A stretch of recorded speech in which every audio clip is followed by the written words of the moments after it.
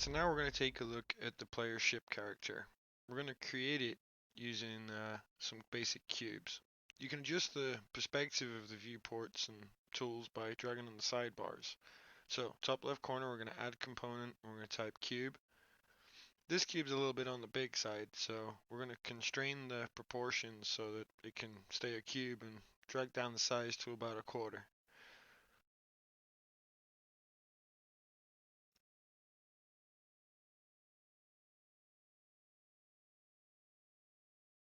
I'm going to drag it up, get a better placement on it.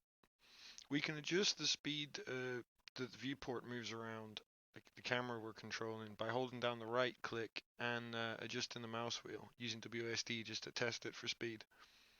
We're going to duplicate this cube, put it to one side, and using Control C and Control V for duplication, we're going to put it to the other side and Control V again, put it up.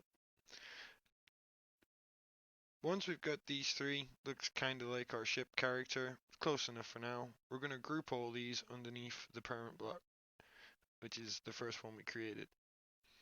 And I'm going to click on it and press F2. You can right click and click rename.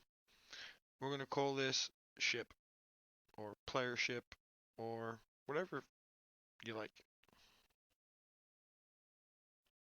Now we're going to need some way of sensing when we've been hit by one of the bombs from the enemy ship. So we're going to add a box collision and we're just going to move it so it looks right. Doesn't have to be absolutely perfect, just got to be close enough.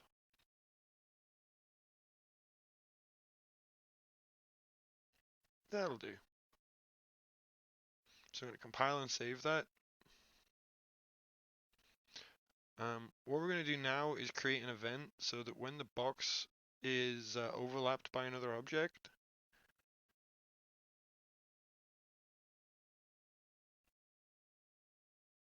we're going to find out what the other actor was by casting to it to see if it's a bomb. So we're going to cast directly to the bomb. If the cast fails, it goes out the bottom node, and if it doesn't, then it comes out of the top node. All we're going to do here is destroy the bomb. And when the bomb hits the character, we're also going to want to destroy the character. So we can just copy and paste that and leave the target empty. But before we can destroy the character, we're going to need an explosion. So we'll have to spawn our explosion effect. Now, obviously, we don't actually want the explosion to be spawned after we destroy the object we're in because we wouldn't know what transform to use. So we're going to have to move deleting the character until after we've created our instantiated explosion. So it's going to type get transform and that'll bring back the actor transform. And that should do it. So compile and save.